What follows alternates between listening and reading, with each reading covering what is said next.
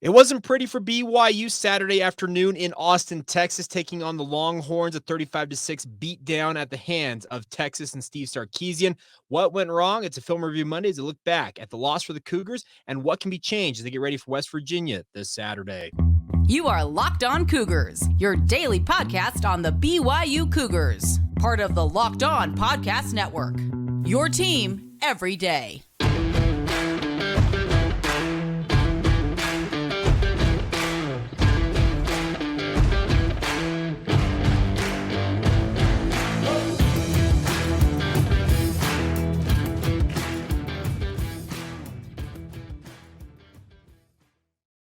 What's up, everybody? I'm Jay Catch, your host here on Locked On Cougars, your resident BYU insider. Thank you for making Locked On Cougars your first listen of the day. Thank you to all of you who are everydayers with us right here on the Locked On Podcast Network. We are your original daily podcast focused on all things BYU sports. And of course, a big thank you for checking us out. Today's show is brought to you by our friends over at Prize Picks. They've been working with us for months now. The best part about Prize Picks is they're making daily fantasy sports easy. That's simple as that. We'll talk a little bit more about them as today's show progresses, but let's dive right in. It's a Film Review Monday of the Locked On Cougars podcast. You guys who have been listening to us know exactly what we do on Mondays. We'll look back at the game that was for BYU. We do a postcast edition in the immediate aftermath of the game. Then I sit down and go back and rewatch the game and have my thoughts after rewatching it a second time and get a better feel, I think, for what I'm taking away and what BYU needs to work on, most notably heading into their next game, which this week is at West Virginia. If you did not see it, it'll be a 5 o'clock Mountain Time kickoff.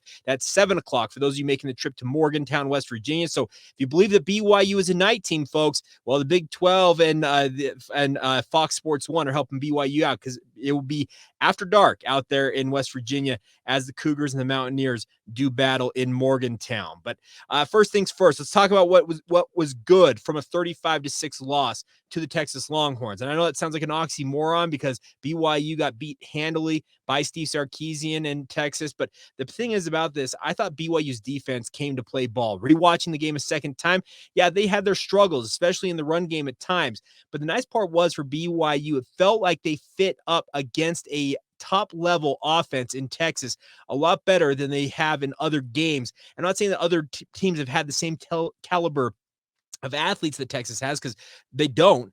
But the thing is, BYU had a much more cohesive identity on defense and played better as a unit, it felt like, across the board in this game. Yes, there were foibles. You had a guy get beat for a touchdown, speaking of Raider DeMooney, when he got juked out into oblivion on that touchdown pass. But the thing is, I really liked what BYU's defensive line did. They did a better job playing with better leverage in this game. And in particular, I want to give a shout out to Atunai Samaje. He had one of his finest games in a BYU uniform, I feel like, that I've ever seen him play. And he's been playing at BYU for quite a while.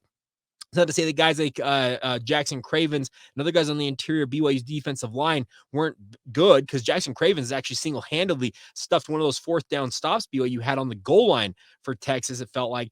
The nice part was you needed a second defensive tackle to step up, and Atunai Samaje filled that role on Saturday. Now, can you parlay that forward into the final month of the season here and be that defensive tackle that BYU needs to really make this a much better, a much stingier defensive front? Hopefully, I would truly hope that that can be the case, but we'll have to wait and see. The sample size shows that it's up and down with Mahe, but the nice part is I thought he had a very, very fine performance against Texas. Now, the other thing I really liked defensively, Siale Esera is going to be an absolute star for BYU. He's already 6'3". He's already 245 pounds. And the two biggest runs of note for me for Texas in this game against BYU came after Siale Esera was subbed out of the game. The very next play on both of them, they busted him for big runs. And that's the thing about this. Siale Esera has been very, very stout in the small sample size we've seen him so far this year after he's been recovering from an injury. But since he has taken the field, I completely understand why Kalani Sitake said after the game that they're going to just burn his red shirt. They're going to play him more than 4 games because he is on his way, folks. It feels like he very well could start against West Virginia this week. He's been that impressive, and he was that impressive, I thought, against Texas. He is still a young player, and there's probably going to be mistakes. He had a couple of missed tackles in this game against Texas, but you can see everything points to him being a future star for BYU at the linebacker position. I was very, very impressed with him. I really thought he showed well. The nice part also is those fourth down stops for BYU on the goal line. Jacob Robinson's getting blocked on one of them and makes enough contact with the wide receiver on what was supposed to be a screen route and gets the tackle on the goal line. I mentioned Jackson Cravens beats his one-on-one with the offensive lineman, and then gets in on the tackle, aided by some of his teammates to stuff Xavier. I think it was Xavier Worthy, maybe it was somebody else. It was Jonathan Brooks, if I'm not mistaken, on the goal line. Those two fourth down stops are things that BYU can build upon. They can believe that they can get stops against a very good team, and there's, like I said, there's not a ton of positives to come out of a 35-6 loss, but it really feels like BYU's defense held up by and large against a withering offensive attack. I'm telling you, Texas has got elite athletes across the board, and BYU's defense, in many respects, held their own against them. Were there mistakes? Absolutely. Were there things that can be cleaned up? There always is. But I really like what BYU's defense did in this game in particular. Now, one other positive before we talk about some of the other things that I feel like need to be fixed are that BYU, many of us were crowing, and yours truly included, during the game about the lack of crossing routes for BYU in this game. We saw Houston a week previous to this just absolutely ripping Texas up on crossing routes. Rewatching the game, I missed this, but BYU ran a lot more crossing routes in this game, and unfortunately, they did not connect on a lot of them. They did connect on a few, but they could have run more probably, but there were crossing routes in there. So they did not completely abandon what was working against Texas, speaking of what Houston had done, and Oklahoma to a degree as well. But I think they could have run more, if that makes sense, and probably would have had a little more success, it feels like. And then finally, the other positive note for me, I liked Aiden Robbins' vision and his decision-making in this game. It was tough sledding for BYU running the football. They still didn't finish with 95 rushing yards, which compared to some of the other outputs BYU's had this season, it's one of their better, if not second or third best rushing outputs of the year. I liked Aiden Robbins. There was no dancing. He was picking his holes and hitting it. And he was just getting through the line, knifing in there and trying to pick up those yardage when he could, because this was a very, very good defensive front. Sweat, the number 93, the big 360-pound bowling ball of a nose tackle they've got. He was a load for BYU to try and stop in this game. And I really thought that BYU actually got some good play from Aiden Robbins in this. The other thing about this was I thought he did a good job setting up his blocks at times as well. He would be heading towards the line, deke one way and then go back the other. It was good to see Aiden Robbins. He's coming into his own. Can the final month of the season be the coming out party and truthfully see what Aiden Robbins is made of for BYU on offense? It would go a long way, it feels like, to helping BYU have at least a win or two more on the resume going into the postseason. But the thing is, the BYU offensive line has got to do their part as well. So let's talk. Those are the positives. That's what I took away from BYU that I think are good from this Texas game.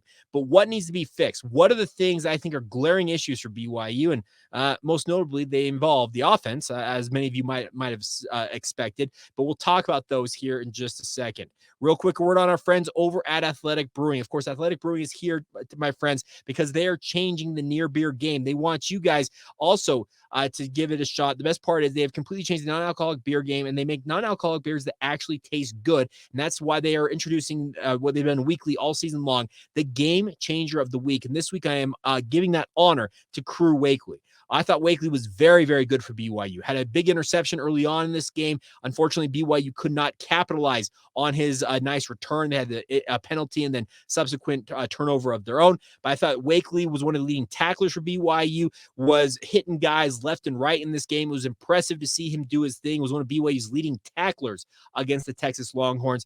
Very impressed with what he put out, and that's obviously why I made him the Game Changer of the Week from our friends at Athletic Brewing. The best part is Athletic Brewing makes non-alcoholic beers that actually taste good. They have full flavor and well-crafted, just like a full-strength beer, and these beers have eaten full-strength beers out in global competitions. It's that simple, my friends. They brew over 50 styles of craft non-alcoholic beer, including IPAs, golden sours, and many, many more. So give them a shot, my friends, and go to your local retailer and pick them up today. Or if you want to go online, we'll save you a little bit of dinero on that. And by going to athleticbrewing.com, first-time customers use the promo code Locked On and get 15% off your order. That's promo code LOCKEDON at checkout for 15% off at athleticbrewing.com. Near beer, exclusions and conditions apply. Athletic Brewing Company, fit for all times.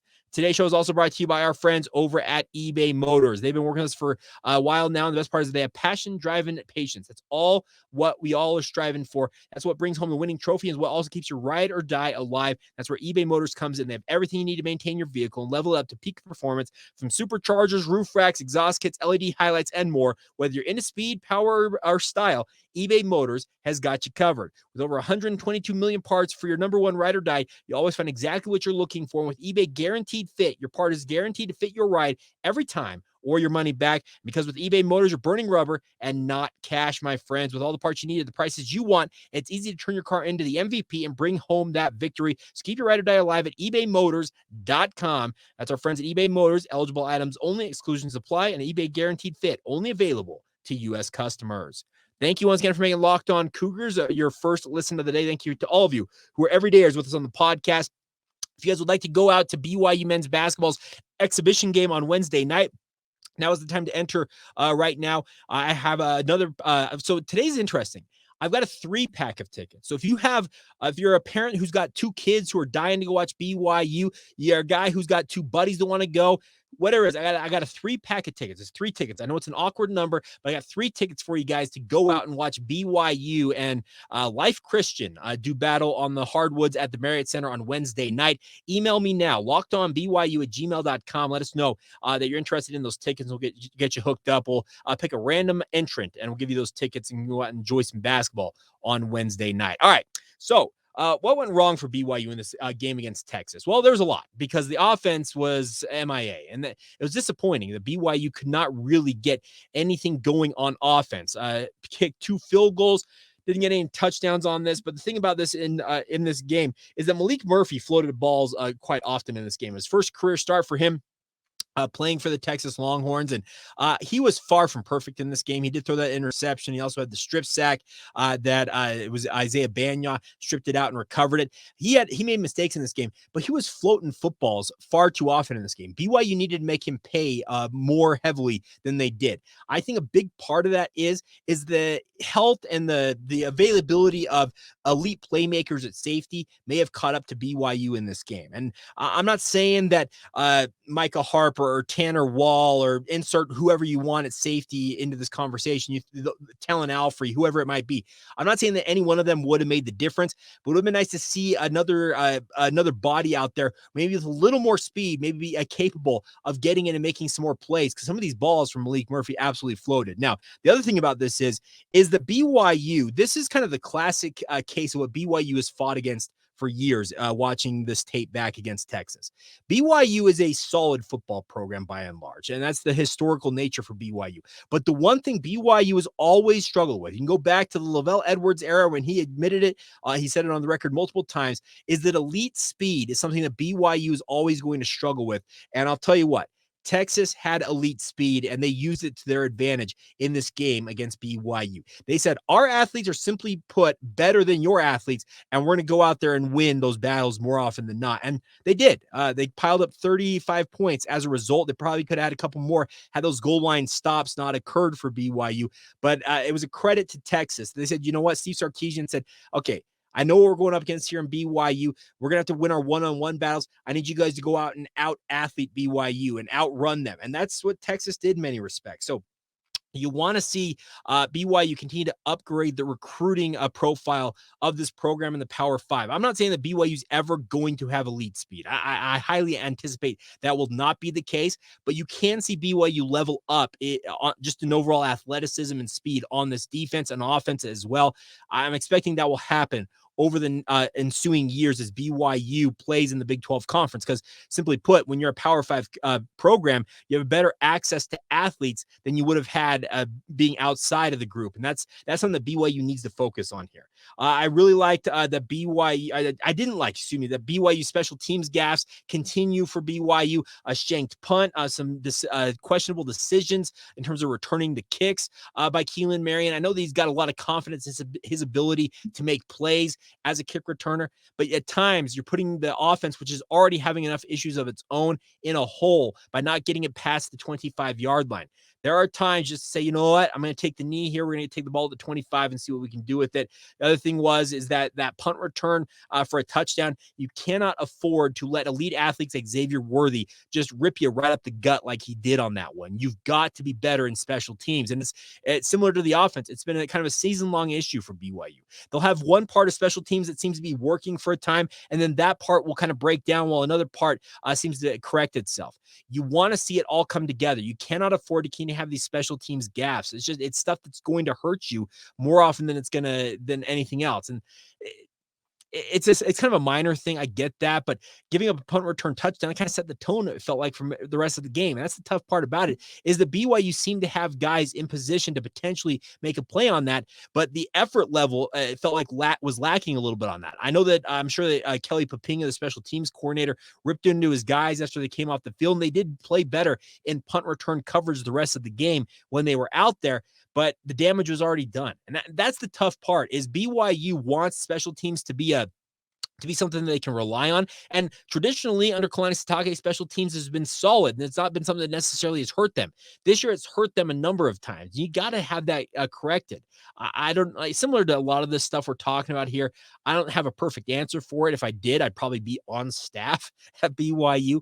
I'm an armchair analyst, and that's my job, but you need to get that cleaned up. Now, one of the final minor note on the special team side of things, the punt returner roulette you're doing right now, putting Hobbs Nyberg out there at times and then Parker Kingston out there, you got to make a decision on which guy it's going to be. It's a minor thing, but pick a guy. I think Parker Kingston should be the guy because he's young and he's obviously going to be able to grow with this program. Hobbs has been a serviceable returner for BYU for a number of years, but he's going to age out of the program before too long. Why not give Parker Kingston all the reps and see what he's capable of? That kid has got elite track speed, and I'd like to see him finally get a chance to utilize it in the return game, and hopefully that will continue to we'll see that happen in coming weeks. All right. So final notes in terms of the ugly. There's a couple of things for BYU that I think that absolutely just grind my gears, because we're 8 games into the season. We're going into the month of November. It's Halloween tomorrow, so it's the final stanza of the season, and there's stuff that is still an issue for BYU that was an issue in game 1 that Kalani Sitake promised would get cleaned up, and it continues to hurt and hamper BYU's chances in every game they've played so far this year in many respects. And we'll talk about those as we continue on right here on Locked On Cougars. Now, a word real quick on our friends over at Prize Picks. We've been talking about them. We mentioned them at the top of today's show. What is about Prize Picks, my friends? They are the largest independently owned daily fantasy sports platform in North America. They are the easiest and most exciting way to play daily fantasy sports, and it's just you versus the numbers. You're not having to battle thousands of other players, including pros and sharks. You pick more or less on numbers for 2 to 6 players' stat projections and watch the winnings roll in. It's simple as that, my friends. The best part is that you can win up to 25 times the amount bet from our friends with Daily Fantasy over at Prize Picks. They're really simple to play. You can make your picks and submit the entry in less than 60 seconds. And the best part is they have quick withdrawals, easy gameplay, and an enormous selection of players and stat types are what make Prize Picks the #1 daily fantasy sports app. And they also offer weekly promotions that can lead to big payouts like Taco Tuesday. Every Tuesday, Prize Picks discounts select player projections up to 25% to provide even more value. They also offer Apple Pay for quick and easy deposits into your account this football season. So take advantage of it today, my friends. Go to prizepicks.com/lockedoncollege and get started today. Use that promo code LockedOnCollege for a first deposit match of up to $100. You heard that right. Promo code LockedOnCollege at prizepicks.com/lockedoncollege. They'll match your deposit up to $100. Simply put, it's a fantastic way to have fun with daily fantasy sports. It's all courtesy of your friends at Prize Picks. Daily fantasy sports made easy. Thank you once again for making Locked On Cougars a part of your day, everybody. Hope you're having a fantastic Monday whenever you hear this. All right, here is the ugly for me for BYU. The offensive line continues to be a massive liability for BYU. They cannot get to the second level in their run game. In many respects, BYU, and I'm criticizing the run game, but I'm actually telling you, I thought the run blocking for BYU in many respects was actually better than the pass blocking was in this game. Kedon Slovis was not good. And that's the other ugly I've got here. Kedon Slovis, he looks out of sorts right now. I don't know what's happened to his confidence, but the decisive quarterback we saw against the likes of Kansas and Cincinnati, where he was on point and firing the ball and was getting out of his hand quickly. Now he's double clutching stuff. The interceptions, I'll actually give him a break on the 2 interceptions he actually threw in this game. One went off, was deflected at the line of scrimmage. The other went off the fingertips of Darius Lassiter. There were 3 or 4 other throws in this game against Texas that very nearly could have been picked off that were far worse decisions. The 2, obviously, on the second possession for BYU in this game were abysmal. That's the thing about this is Kedon Slovis. He feels like he's in his own head. And maybe he is, maybe he isn't. Maybe he's dealing with something we're not sure of. But he does not look like the same quarterback that BYU has expected to have and needs right now. Does that mean I think he should be benched right away and they should go all in on Jake Retzlaff? No, I don't think you necessarily can do that at this point because Jake Retzlaff has not had a lot of first string reps all season, folks. The simple fact of the matter, the other thing about this is when you're a first string quarterback, you're getting 80 to 90% of the reps with the first string offense in practice each week. The other 10% go to the 2s and the 3s. And that's just simply put not enough reps to really feel comfortable at saying, okay, let's throw Jake Retzlaff in there and see what he can do. I think you can start splitting the reps this week in practice for BYU, and maybe you have some scripted series for him against West Virginia. Speaking of Jake Retzlaff, but I just don't think you can go wholesale in on switching quarterbacks at this point, unless you're just decided, you know what, as many of you have advocated for, it's time to make the switch and see what you got in Jake Retzlaff. I'm not making that decision. It'll ultimately come down to Kalani Sitake, Aaron Roderick, and the other people in that room. I'm sure Fesi Sitake, et cetera, would have a say on that, but you need to continue to see what you can get out of Kedon Slovis, but at the same time, I'm also advocating for Jake Retzlaff to start to see more game action. So I'm not saying you dump Slovis for Retzlaff, but I think you start to work Retzlaff in because this is the time to do it. You need to see, at least in some small capacity, what he's capable of doing at this level, because if he's not the guy, you got to hit the transfer portal once again, or maybe you got to look at other options. Is it Ryder Burton? Is it Cade Fennegan? That's the question that BYU has on their hands now, because Kedon Slovis, he was one and done here at BYU. And obviously the hope was that he'd come in, enjoy a super senior season with the Cougars as a grad transfer. Then Jake Retzlaff could step into the role. Well, now is the time to start that transition and give Retzlaff those reps. Like I said, I don't see necessarily being all out on Slovis and all in on Retzlaff quite yet, but maybe at some point in the next 2 to 3 weeks, you do ultimately give a start to Jake Retzlaff if things continue to spiral like they have been with Kedon Slovis. Now, as I mentioned, the offensive line, they do need to protect Kedon Slovis better. They need to give him extra time in the passing attack. They are giving up way too much pressure too early. Traditionally, people will talk about quarterbacks having 3.5 to 4 seconds to get the ball out of their hands. Tom Brady was famous for not taking more than 2.5 seconds to unload it. It just makes it tough for the pass rush to get there. But when you're giving up pressure less than a second, maybe less than 2 seconds into a play, it's not good enough. As I said, I thought BYU's run blocking in large stretches of this game was better than BYU's pass blocking. So it's not one thing, it's another for BYU's offensive front. I felt like they had taken a step forward against Texas Tech, and it feels like against Texas, they took a step back. So I don't have a great answer for that. And the other thing about this is BYU's ability to shoot themselves in the foot continues to be an absolutely horrendous thing. I'm going to take you to a sequence that just reminded me of this, watching this back against Texas. Many of you might recall that phenomenal effort by Darius Lassiter to go up over 2 Texas defenders and come down with that phenomenal catch. It was something like a 40-yard gain, the biggest pass of the day for BYU, gets them into scoring territory. The very next play, they do a fly sweep to Keelan Marion, and for whatever reason, Aiden Robbins thought it was a handoff to him, and he comes up like he's going to take the football, but Keelan Marion is right there at the mesh point, and they take each other out. Friendly fire, tackle for loss technically for Texas as a result of that play, and you see Keelan Marion look at him like, what are you doing, man? Okay, we're 8 games into this season. You cannot continue to have this miscommunication of guys not knowing what the play call is. How does Aiden Robbins not know it's a fly sweep? What did he see on the play cards and the signals coming in that had him thinking, you know what, I'm getting a handoff here? But meanwhile, Keelan Marion, which it was called for Keelan Marion because that's who Kedon Slovis handed the ball off to, is I'm going with a fly sweep. That play nuked that drive. BYU ended up kicking the field goal. As you may recall, there were 2 ineffective screens after that on 2nd and 3rd down, and they trotted out Will Ferrin for the field goal. That is just a microcosm of something that it's 8 games into the season. You cannot continue to have this happening for BYU. For all the good that Aiden Robbins did in this game, and he was very good, that sequence of plays, that's kind of the microcosm of why BYU fans out there are frustrated with this offense. They have a great play, and then they go and screw everything up on the very next play, seemingly, and in this case, quite literally, the very next play.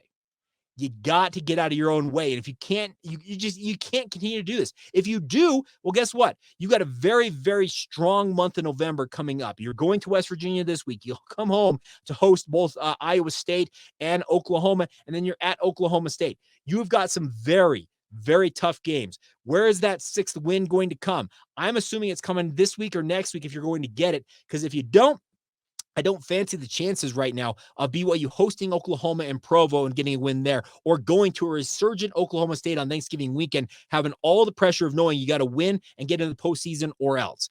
It's something that I would hope that BYU can avoid. So we'll obviously break down West Virginia this week. Our friends at FanDuel currently have BYU, as I record this podcast, as a 8.5-point underdog going to West Virginia. So they're a decided nearly double-digit dog in this game, because in the betting parlance, you usually get 3 points as a home team. So it's gonna be tough sledding for BYU as they head to Morgantown, but that's why you line up and play the game, to see what you're capable of doing.